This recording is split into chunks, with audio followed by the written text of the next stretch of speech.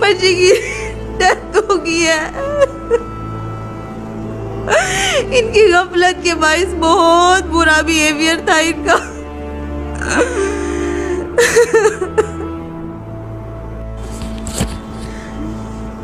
मेरी सबसे अपील है हमारी बात सुनी जाए।